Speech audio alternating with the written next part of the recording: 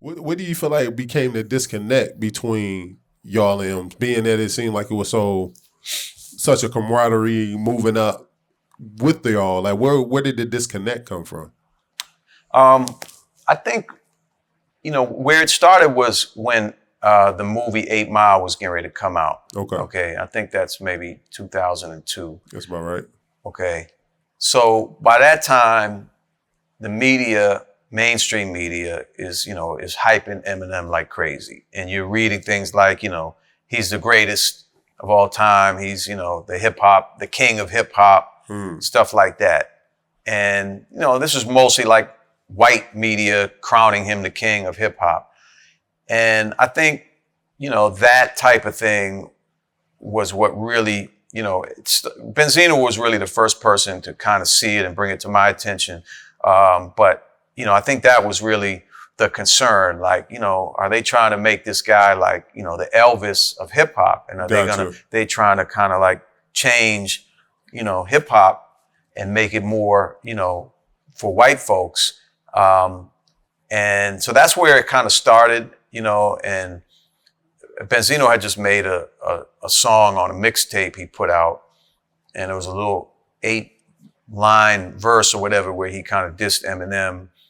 And like within a few weeks, start getting phone calls. Eminem's in the studio. He's already made 4 songs dissing the Source and Benzino and this, that, and the other. And things just kind of escalated from there. Gotcha.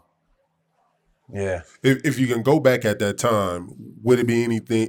Would there be a way that you approach that differently to kind of mend that, knowing what you know now?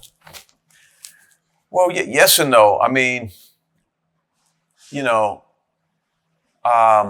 it did get very personal, and that's not the way I ever wanted to run the Source magazine. To have personal kind of beefs with artists and have that beef kind of be reflected in what we said or didn't say in the magazine.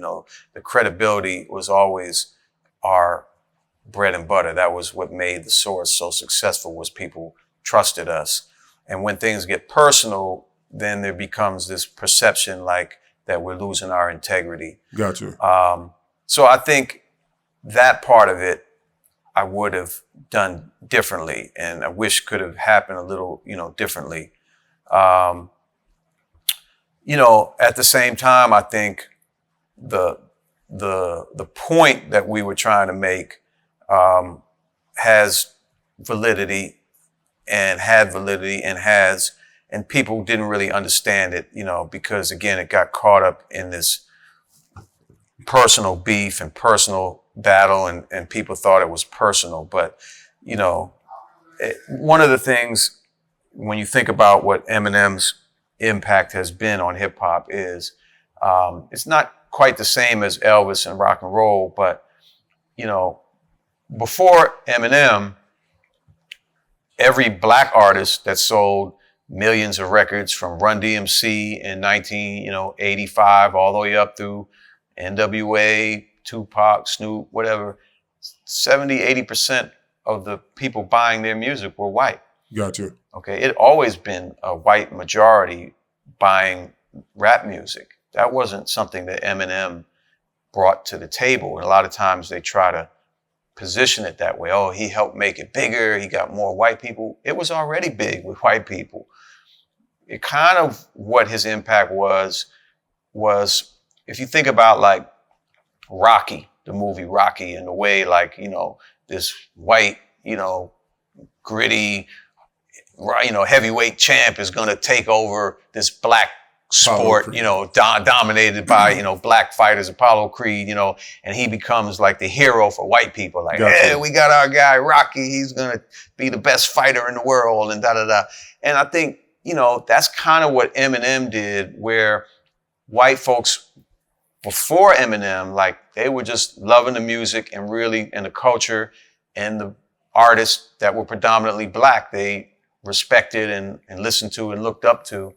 I think, when white people started, oh, Eminem is the king of hip hop, he's the greatest, like you start to see, kind of a change, a splintering of the market a little bit, where those fans begin not to really be as supporting and listening to some of the other artists in hip hop. Gotcha. And I think that's had an impact the last 20 years on the market in a number of ways.